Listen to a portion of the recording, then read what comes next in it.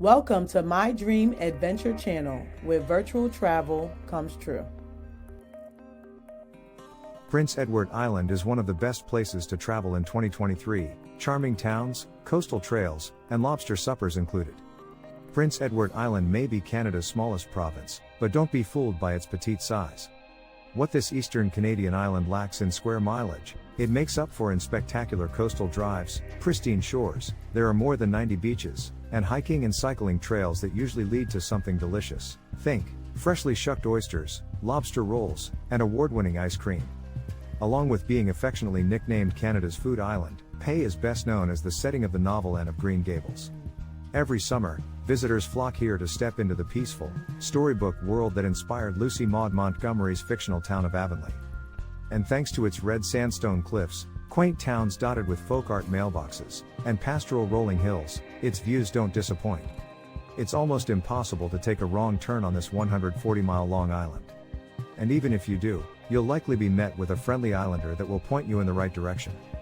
Pay residents are deeply passionate about protecting their fragile ecosystems and heritage formed by Acadian, Celtic, and Mi'kmaq cultures, just to name a few, leading to a wealth of unique and sustainable experiences. Come for a long weekend or stay for a week, even then, you'll barely scratch the surface of all there is to see and do.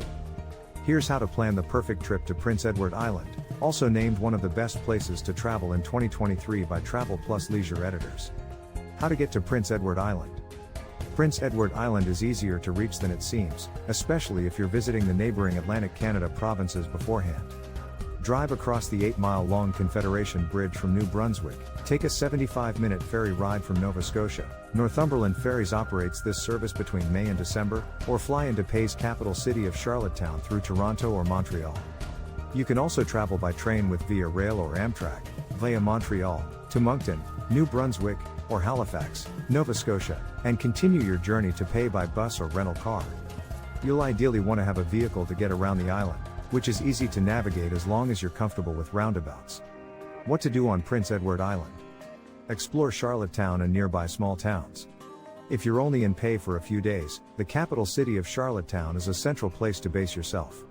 Head to the pedestrian walkway of Victoria Row to have breakfast at Receiver Coffee Company and pop into craft shops before exploring the historic district. In the afternoon, visit microbreweries like Upstreet Craft Brewing and the Gahan House, or enjoy ice cream and a self-guided factory tour at Cow's Creamery. In the evening, check out the harborfront area of Peaks Wharf, a great spot for live music, artisan shops, and seafood restaurants. Eating a lobster roll at Water Prince Corner Shop is a must. Beyond Charlottetown, you'll want to check out other nearby small towns. A 30-minute drive west will bring you to Victoria by the Sea, a historic fishing village that's been revitalized by artists. A visit here is best paired with a kayaking and clam digging tour with By the Sea Kayaking, fish and chips from Richard's Fresh Seafood, and sweet treats from Island Chocolates. Drive 30 minutes north of Charlottetown and you'll find North Rustico, also known as the Crick. Here, you can join a deep-sea fishing or kayaking excursion and access Prince Edward Island National Park before enjoying a lobster supper at Fisherman's Wharf or Pay Mussels at the Blue Mussel Cafe. An hour east of Charlottetown, you'll find charming Murray Harbor and Murray River, where many entrepreneurs have set up shop in recent years. Have a hearty breakfast at the Home Plate Restaurant and Bakery and stop at the boutique Newman Estate Winery. Take a coastal drive. Prince Edward Island has 3 coastal drives that link many of its small towns, iconic landmarks, and boardwalks. You can easily do these drives as day trips from Charlottetown or make a road trip out of them and stay at inns along the way. A great one to start with is the Central Coast Drive, where you'll find the Green Gables shore, including several of the beaches, towering sand dunes, and trails that inspired the book. It's a good idea to dedicate a day to the Points East Coastal Drive, where you can relax on more than 50 beaches, play a round of golf, hear the sound of singing sand at Basin Head Provincial Park, sample potato fudge, and visit historical sites like the Point Prim Lighthouse, Prince Edward Island's oldest lighthouse. For something off the beaten path, try the North Cape Coastal Drive along Canada's Oyster Coast, where the sunsets are just as memorable as the seafood, and Acadian and native Mi'kmaq cultures thrive. Along the way, you'll find some offbeat attractions like the Canadian Potato Museum and the bottle houses constructed out of 25,000 recycled bottles by retired Cape Egmont lighthouse keeper Edouard Arsenault. Hit the trails. The Confederation Trail runs tip to tip across Pay and can be traversed by foot or bicycle. Stretching about 170 miles, You can take a week or more to cycle the entire stretch, or just do a section. Other notable spots like the Homestead Trail, Cavendish Beach, and the Robinson's Island Trail system can be found within Prince Edward Island National Park. In 2021, the Island Walk debuted a new 435-mile walking and biking route that loops around the perimeter of the island and includes much of the Confederation Trail. It takes about 32 days to complete by foot, but can also be explored in sections. Go on a culinary tour. A visit to Pei wouldn't be complete without indulging in some of the local delicacies and learning about their cultural significance. Join the immersive bannock and clams experience on Lennox Island, home to the Micmac First Nation.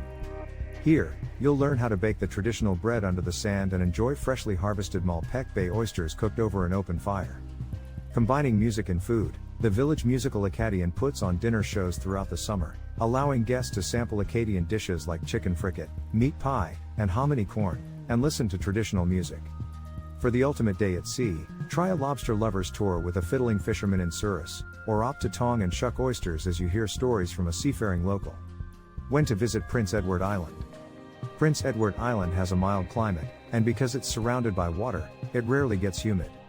Most businesses are open between May and October, but summer is undoubtedly the best time of year to get out on the water and enjoy the beaches, with pleasant temperatures between 70 and 90 degrees Fahrenheit. In the spring, when the lupins bloom, enjoy mild days, 46 to 71 degrees Fahrenheit, as well as the start of lobster and theater season. The temperatures are similar in the fall, which is always a magical time on the island, as the leaves start to change color. During sunny September, the annual Fall Flavors Festival celebrates food and culture and includes the popular Pei International Shellfish Festival, also known as the biggest kitchen party in Atlantic Canada. Where to stay on Prince Edward Island? In Charlottetown, the Great George Hotel offers a mix of classic and deluxe rooms and luxury suites spread across 17 restored heritage buildings on a city block near the wharf. The original property dates back to 1846 and has retained much of its classic hospitality, from greeting guests with freshly baked cookies at check-in to hosting weeknight wine and beer receptions. Another boutique option is the Holman Grand Hotel, located in downtown Charlottetown, which comes with the added benefit of being connected to the Confederation Center of the Arts, making it easy to attend events and performances. Full of historic charm, the 5-star Sydney Boutique Inn and Suites is housed in an 1857 Notre Dame convent near the waterfront. Among its 18 suites are luxury apartments that feature full-sized kitchens, spacious walk-in closets, and ensuite washers and dryers, making it a great option for extended stays. Those looking for something more unique can opt to rent a floating wine barrel houseboat in the historic maritime village of Murray Harbor.